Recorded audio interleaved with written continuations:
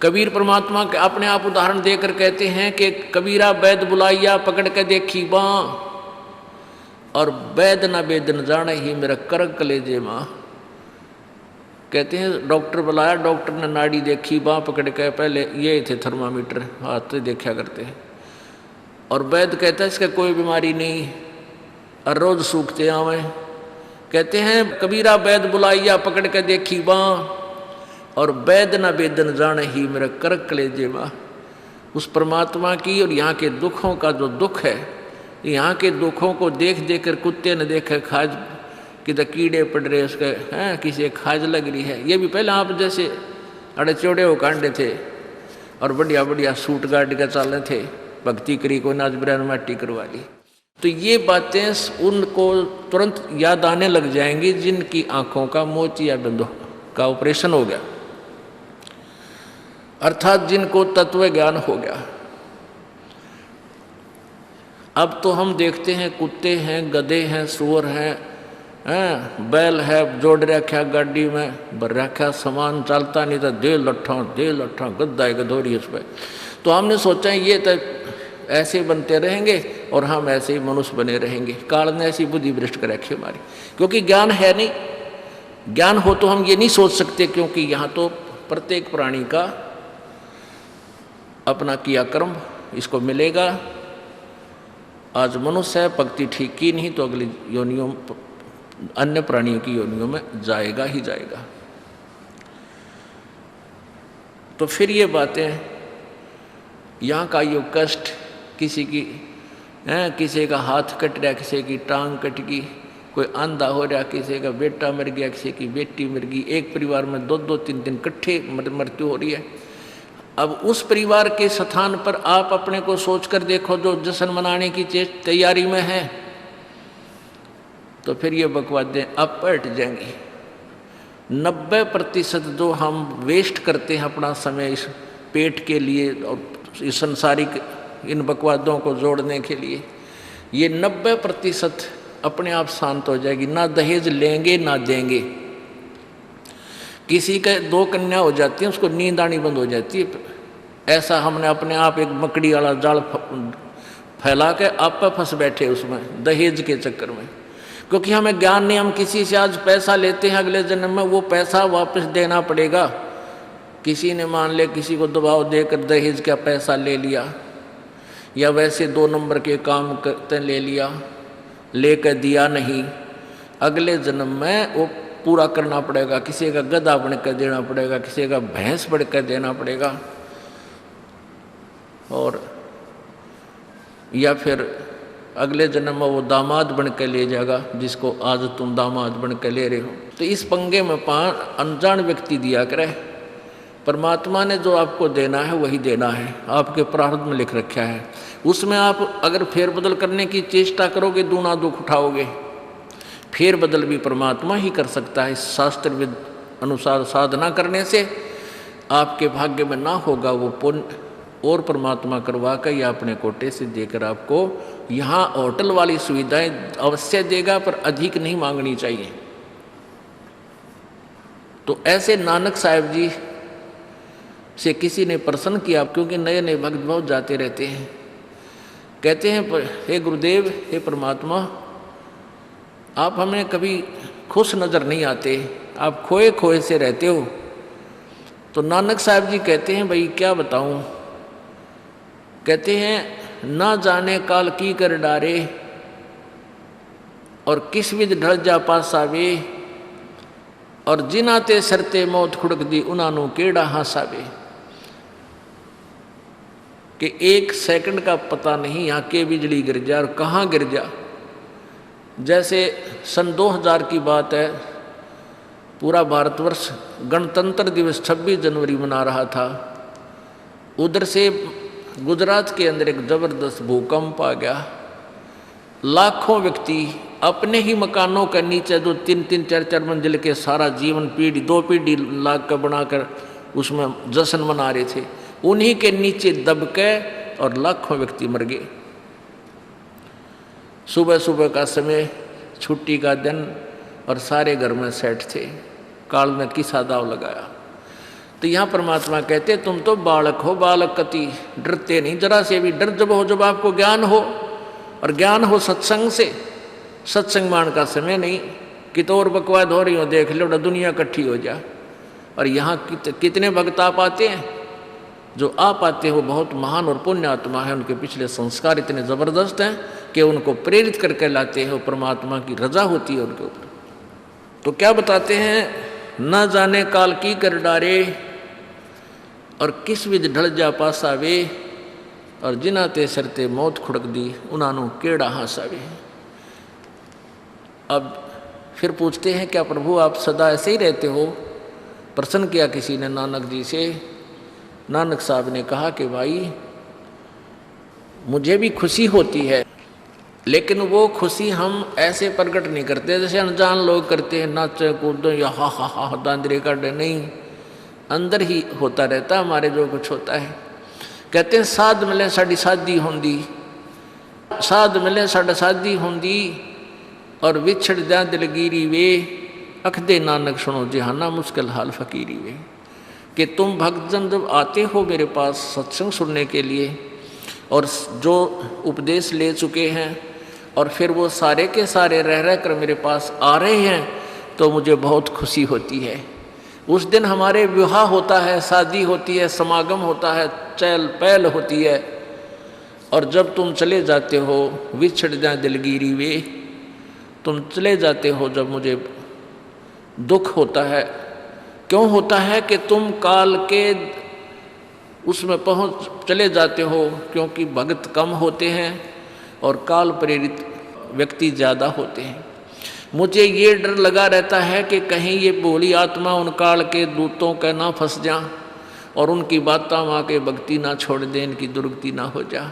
जब तुम ठीक ठाक वापस आ जाते हो सभी, तो मेरी आत्मा खुश होती है। उस दिन मेरी खुशी का कोई ठिकाना नहीं होता, लेकिन वो होती है अंदर ही अंदर, लोग दिखावा नहीं होता। साध मिले साड़ शादी होंदी, और विछड़ जा दिलगिरी वे, अखदे नानक सुनो जहाना मुश्किल हाल फकीरी वे। भाई कहते हैं भक्ति करना बहुत मुश्किल है। मुश्किल इन काल के दूता ने बना दी, जनता ज्ञानहीन कर दी।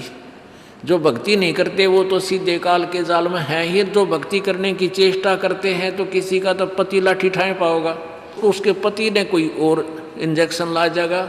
यो कि होया भाई हम भी तो नाम ले रहे हैं, हम वहाँ जाते हैं, हम तो 6 महीने साल में कभी कभी जाते हैं, और आप कहते हैं 10वें दिन भाग लेते हैं।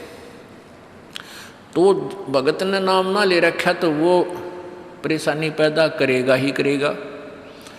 किसी की पत्नी ने नाम नहीं ले रखा, भगत ने ले रखा है, तो वह सींग पिनाए पावेगी। किसी के कहने सुनते जानते क्या सुनी घर में होगी। काल न तक करवाना है कि किसी प्रकार ये वहाँ जाना छोड़ दें, तेरे जाल में फंसे रहें।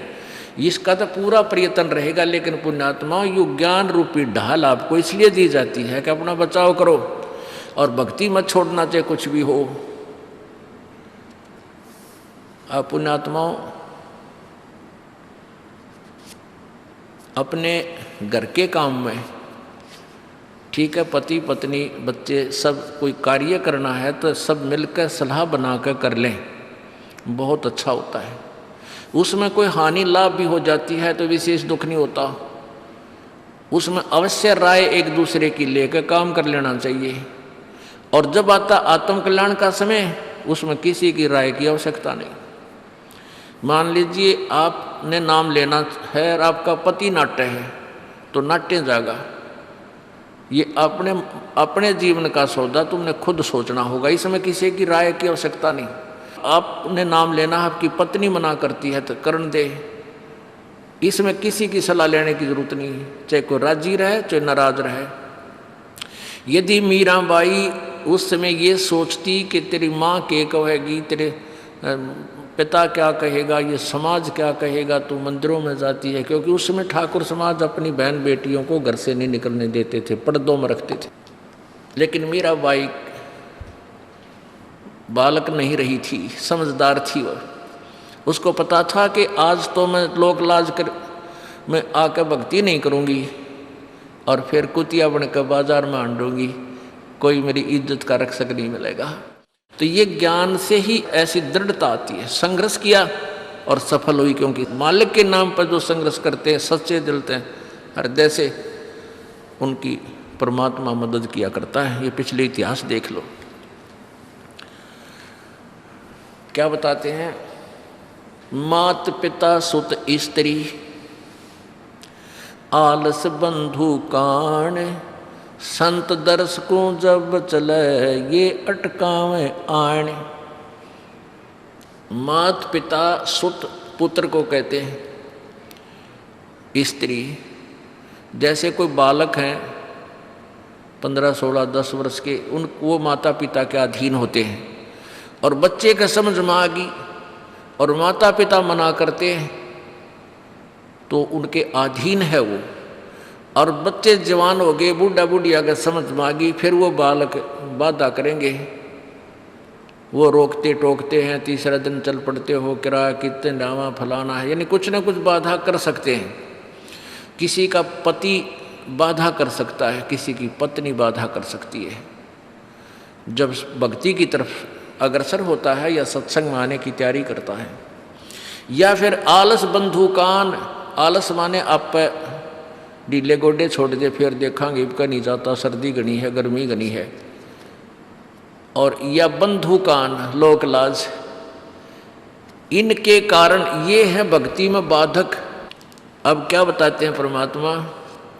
मात पिता सुत स्त्री आलस बंधु कान, संत दर्श को जब चले ये अटकावे आण। इनका अटकाया अटके नहीं, और संत दर्श को जाए कह कबीर सो संत है आवागमन नसावे। इनका अटकाया अटके नहीं, और संत दर्श को जाए यानी सत्संग में अवश्य जावे, कह कबीर सो संत है आवागमन नसाए, उसका कल्याण होगा। आज मीराबाई जी का कितनी श्रद्धा और आदर के साथ नाम लिया जाता है। और यदि वो उसी तरह की क्रियाएं करती जो उस समय की बहन बेटियां लोक लाज में फंस का अपना जीवन बर्बाद करगी, आज वो कुतिया बनी आंड है। परमात्मा कहते हैं नकबे सर नकबा बनी वह पैर थी हार हमेल, और सुंदरी से वह कुतिया बनी सुन साहिब के खेल। बीबी पड़दा रहे थी डोडी लगे थी बार, अब गा तो गाड़े फिरती हैं बन कुतिया बाजार। वो पर्दे की सुंदरी सुनो संदेशा मोर, इब गा तो गाड़े फिरती हैं वो करें सराय शोर। अब जो डोडी पर्दे जिनका लग गया करते, पर्दे में रहा करती थी, जो अपने आप को ऊंच घरों की बेटियां बहू कहा करती थी, उनका सत्संग की छीट लगी नहीं, करते बाहर निकली नहीं। पूर्व जन्म की पुण्यात्मा थी, उनको कोई रानी बन गई, कोई महारानी बन गई, कोई अच्छे घर में जन्म, इस मायाधारी मस्करिया का जन्म हो गया। और वो भगवान से दूर रहने के कारण फिर अगले जन्म में कुतिया की योनि पाती है। तब तो पर्दों में रहती थी, उंगली भी ना दिखने देती, किसी बाहर कहीं हमारी बेइज्जती ना हो जा, मेरी पत्नी जो है सत्संग में चलेगी तो इज्जत का नाश हो जाएगा। और वह इज्जत फिर उगाड़ी अंड है कुतिया बनकर।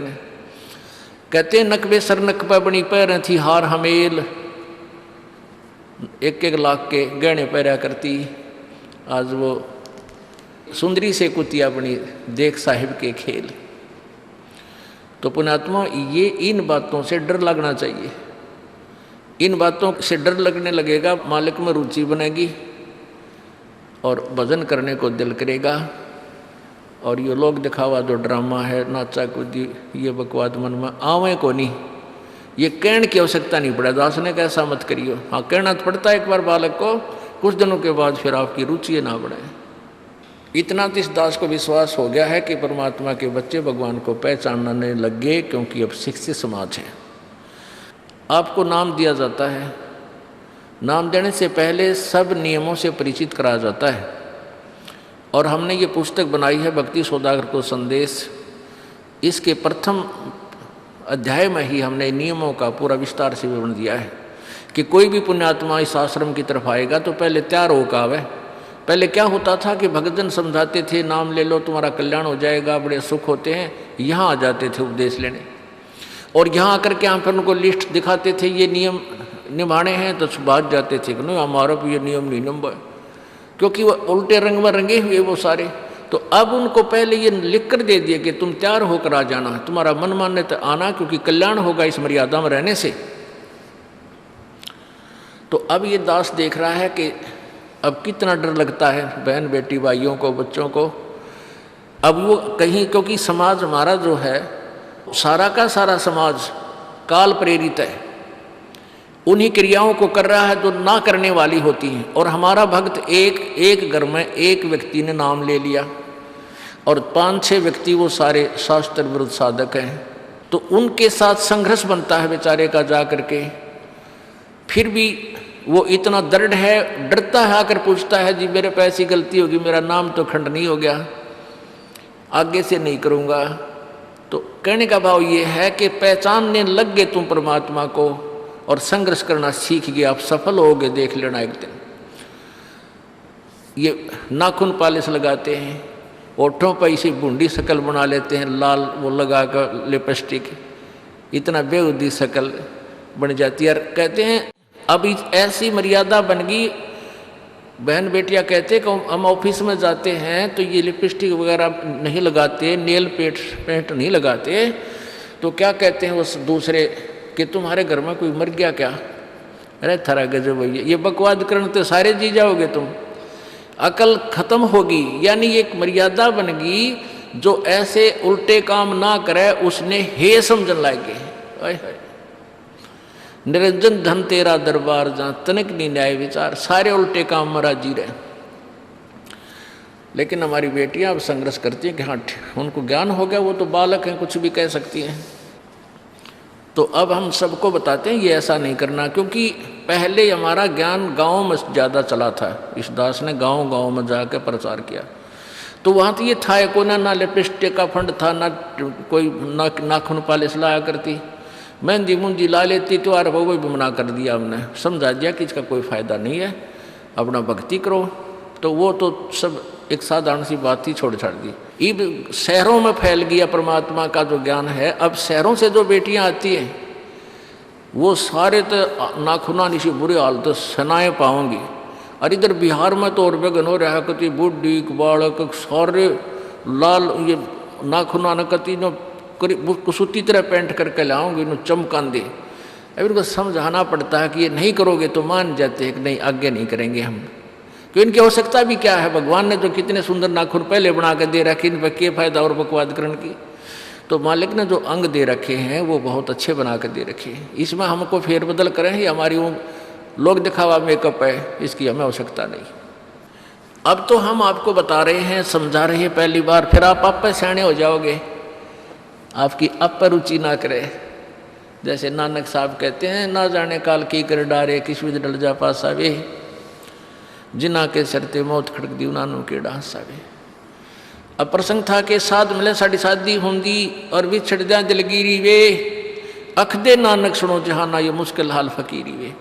तो नानक साहब क्या बताते थे कि तुम जाते हो यहाँ से सत्संग सुनकर, और वहाँ आप ऐसे समाज में जाते हो जो सब काल प्रेरित होकर के वो साधनाएं, वो क्रियाएं, वो ड्रामाबाजी करता है, जिससे मुझे डर लगा रहता है कि कहीं आपकी क्रियाएं भंग ना हो जाएं और आप काल के मुंह में चले जाओ। जब तुम वापस आ जाते हो तो मुझे बहुत खुशी होती है कि परमात्मा के बच्चे काल के जाल से बचे हुए, तो उस दिन खुश होता हूँ मैं। और तुम चले जाते हो तो मेरी एक तो वो ज्ञान कि यहाँ काल का लोक है, ना जाने कब जाना पड़ जावे, इस कारण से डर से अपनी भक्ति करता रहता हूँ। और एक तुम्हारी भी चिंता खाती रहती है कि कहीं काल के जाल में ये बालक फिर ना फंस जाए। तुम वापस आ जाते हो एज इट इज़, तो फिर मेरी खुशी का ठिकाना नहीं रहता। साध मिले साड़ी शादी होंगी, साध यानी साधु संत, ये भक्त आप साध हो, साध माने जो साधना कर रहा है, और साधु सोए जो सीधा चाल है, यानी जो और लोग दिखावा बकवाद नहीं करता, शराब मांस तम्बाकू नहीं पीता, और मेकअप वगैरह शरीर के वापस जरूरत नहीं। कहते पति भरता भावानी चोम चटक श्रृंगार, जो पति भरता यानी जिसने केवल अपने पति से ही लगा हुआ है, फिर उसने बकवाद करने की क्या आवश्यकता है? तो कहने का भाव यह है कि हम सच्चे ढंग से जब लगेंगे, फिर हमने अब तो इच्छा ना हो किसी वस्तु की। परमात्मा कहते हैं इस काया का गर्व ना करियो के काला के गोरा रे, और बिना भजन इसका कुछ काम ना आवे, चाहे एतर छड़को चारों ओर रे। ये शरीर क्या है, ये गोरा दिखा है चाहे काला किसी का, इसने थोड़ा सा छोल के देख लो, एक जैसा कोबाड़ सब में भरा पड़ा है। ये ऊपर पालिश का फर्क रखे, और इससे नाम अच्छा बूंदा मान लेते हैं। नहीं, ये चाहे काला है चाहे टेढ़ा बेढ़ा है, चाहे किसा बूंदा काना लंगड़ा है, इसमें जब भक्ति कर गया वो सफल है, और इस मेकअप में लग गया रहा वो असफल है, चाहे वो कितना सुंदर दिखता हो। तो पुण्यात्मा परमात्मा कहते ये मिट्टी है, इस मिट्टी से हमने लाभ उठाना है, इसे सोना बनाना है, भक्ति रूपी धन कमाना है, तो इसी से कमाया जाएगा। अब प्रसंग है कि झूठे सुख को सुख कहे, ये मान रहा मन मोद, ये सकल चबीना काल का, कुछ मुख में कुछ गोदी। अब परमात्मा आप बताओ, मैं आकर के बोली आत्माओं हमें जगा रही है, हमने काल के कुएं की भांग पी रखी है, यहाँ की मान बढ़ाई और इस माया की। कबीर परमात्मा कहते हैं कबीर ये माया अटपटी या त्रिगुणमयी माया, ब्रह्मा विष्णु महेश के द्वारा जो हमारे अंदर प्रेरणा कर रखी है, त्रिगुणमयी माया के विषय बता रहे हैं। कबीर ये माया अटपटी सब घट आण अड़ी, किस किस को समझाऊं ये तो कुएं भांग पड़ी।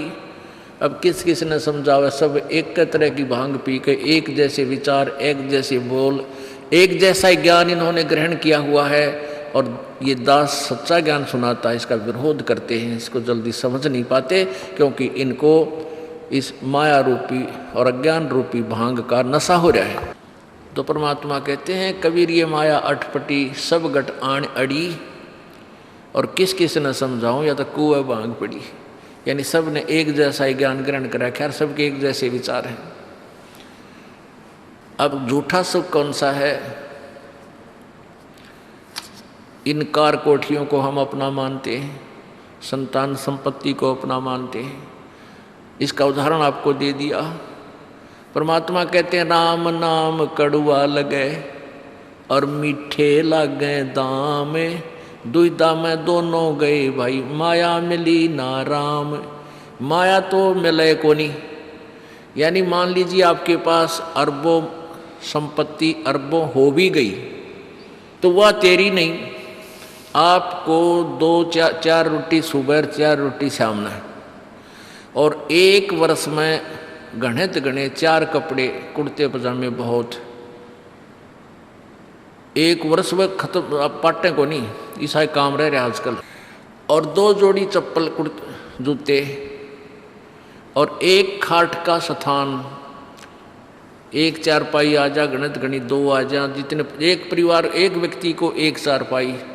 कहने का भाव यह कि ऐसा सीमित सा मकान, इतने की आवश्यकता आपको है, और बाकी पैसा आपके पास उसने के सिर में मारोगे, क्या करोगे उसका। अब या तो कि तो बकवादा में लावेगा, कि तो शराब पीवेगा, कि तो और कोठी खरीद कर गिर देगा, उस पर कोई कब्जा कर लेगा, फिर लट्ठा मुकदमे होंगे, या कोई ले लेगा रिश्तेदार या कोई मित्र बन कर फिर देखो ना, फिर खेचा तानी रात ने नींद आओ ना, वह रखेगी बगन में पात्रे, वो माया तने जीर्ण नहीं दे। और माया तो परमात्मा कहते हैं इस जीव की सबसे बड़ी शत्रु है, जो भगवान से दूर करे। अभी झूठे सुख को सुख मान लिया, कार कोठी होगी, बढ़िया व्यापार बिजनेस या कोई नौकरी होगी, तो भगवान से 100 कोस दूर है वो प्राणी। कोई एक आध पुण्यात्मा इसे प्रेरणा होकर आ जाता, वो तो फॉर एग्जाम्पल होते हैं। तो परमात्मा कहते हैं इसे सुख का आग लगे जो भगवान से दूर करे। परमात्मा कहते हैं वो दुख अच्छा हमारे लिए जो परमात्मा के चरणों में हमें लगाए रखे। कबीर साहब कहते हैं सुख के माथे पत्थर पड़ो जिससे नाम रट देते जावे, और बलिहारी वो दुख जो पल पल नाम रटावे। कि हे परमात्मा इसे सुख की हमने जरूरत नहीं, जो भगवान से दूर करे। पत्थर पड़ो इसे सुख के ऊपर, और बलिहारी उस दुख के जो पल पल नाम रटावे। जैसे भक्त नाम ले रखा किसी ने और उसको कोई पीड़ा हो जाती है, चिंता शुरू हो जाती है उसको, हे भगवान कदे कैंसर ना हो जा, हे परमात्मा कोई और ऑपरेशन ना बन जा। तो वहाँ तक जाता है जहाँ डॉक्टर के पास, और भगवान याद रह कर आता है, और वहाँ जाकर डॉक्टर करता है अल्ट्रासाउंड और एक्सरे वगैरह करके बता देता है कि आपको वैसी कोई खास बीमारी नहीं है, नॉर्मल सी है, ये दवाई लो ठीक हो जाए। उसके बाद फिर परमात्मा के गुण कितने गाता है वो। जो भक्ति से दूर हैं वो तो भूल भाल जाते हैं, उनको तो परमात्मा याद आता है, कोई ना डॉक्टर दिखे। और पुण्यात्मा जो भक्ति करते हैं उनको डॉक्टर नहीं भगवान पहले दिखाई देता है। पुण्यात्मा, आपके प्रारब्ध में, आपके संस्कार में मृत्यु है और कैंसर से है, और वो होगी, नाम ले रखा आपने, और डॉक्टर ने भी डिक्लेयर कर दिया कि कैंसर है भाई। पीछे आपको उदाहरण दिया था, एक लड़का रोहतक से, इकलौता पुत्र, और 10 साल के बाद पुत्र प्राप्ति हुई, और उस लड़के का कान में कैंसर बता दी, PGIMS रोहतक तक। उन डॉक्टरों ने फाइनल कर दिया और उसका पूरा डाटा अपने मोबाइल में नोट कर लिया कि इसका ऑपरेशन करवा ले और दिल्ली ले जा, हम नहीं कर सकते। वो रोता हुआ यहाँ आए। अब क्या है कि ये काल बड़ा उस्ताद है, थोड़ा सा सुख होते ही भगवान ने भूलन लाग जाए। वो 5 महीना में आए हमारे पास रोहतक से, जबकि आए महीना आना चाहिए था। 5 महीने में पता करा भाई कितने दिन में आए, वो 5 महीने वाला गेला। हमें भी ज़्यादा खींचातानी करें भाई इतना लेट क्यों हो गया, तो भगवान ने नहीं चाहिए तो फायदा क्या होगा। ये कुदरती है, जब इस महीने 2 महीने में आपका प्रेरणा नहीं उठी, लोर नहीं उठी आने की, तो फिर भक्ति कहाँ चल रही है आपकी। बंधन तोड़ कर आ जाओगे जिसके अंदर भक्ति चल रही है, चाहे कितनी दूर भी क्यों नहीं है इंसान। भारत में कोई दूर थोड़ा, कोई वीज़ा थोड़ा बनवाना है दोबारा आने के लिए, और वो भी नहीं आ पाते हैं, फिर भक्ति नहीं चल रही उनकी। तो फिर रो दोनों, और लड़का भी रो और उसकी पत्नी भी रो, उसका बाप भी, दोनों। वो लड़का छोटा ही था, 12-13 साल का।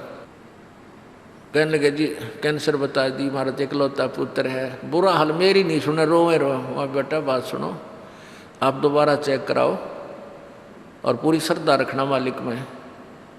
आप दोबारा ऑपरेशन कराने से पहले चेक जरूर करा लेना, ऑपरेशन नहीं मना करता मैं, और ऑपरेशन भी मालिक की दया से सफल होया करे इसी बूंदी बीमारी का।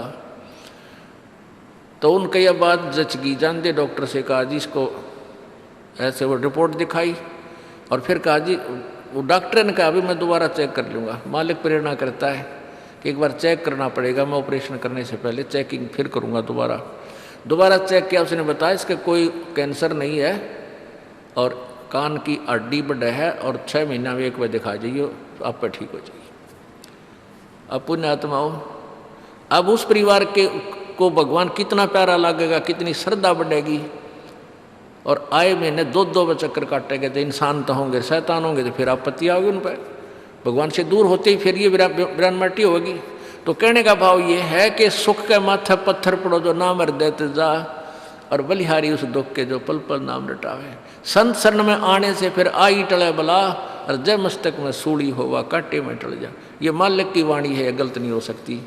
इसका हम कितना लाभ उठा सकते हैं वो हमारी अपने अंतःकरण की जो है व्यवस्था के ऊपर डिपेंड करता है। हमारी कितनी भावना है, कितनी हमारी लगन है मालिक में।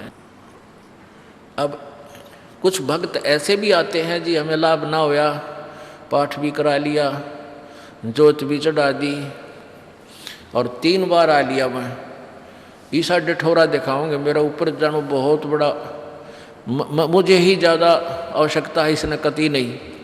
वो बेचारे बालक हैं 1ली 2री कक्षा के, वो कुछ भी बोल सकते हैं, उनको ज्ञान ही नहीं। और ऐसे लाखों लोग हैं जिनको निरे सुख हो लिए।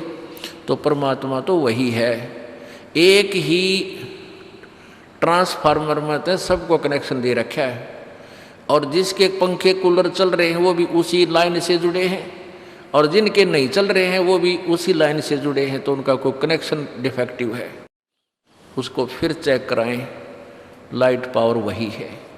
कहते हैं सतगुरु के दरबार में कमी काहे की ना, अंसा मौज नहीं पावता तेरी चूक चाकरी में। कि इस परमात्मा के दरबार में किसी चीज़ की कमी नहीं। और परमात्मा आपको बताते हैं कि यदि तुझे लाभ नहीं मिल रहा तेरी चूक चाकरी में, आपके अंदर कोई श्रद्धा में कमी है, आपकी भावना में कमी है, या आपका कनेक्शन लूज है, आपका कनेक्शन कट ऑफ हो गया, वह पावर आ नहीं रही। इस परमात्मा कबीर जी के शब्दकोश में असंभव शब्द नहीं है। इस कबीर परमेश्वर की डिक्शनरी में इम्पॉसिबल वर्ड नहीं है, ये वो भगवान है। अगर आप ये वीडियो YouTube पर देख रहे हैं तो हमारे चैनल को सब्सक्राइब करें और बेल आइकन को दबाना ना भूलें। अगर आप Facebook पर ये वीडियो देख रहे हैं तो हमारे पेज को लाइक करें।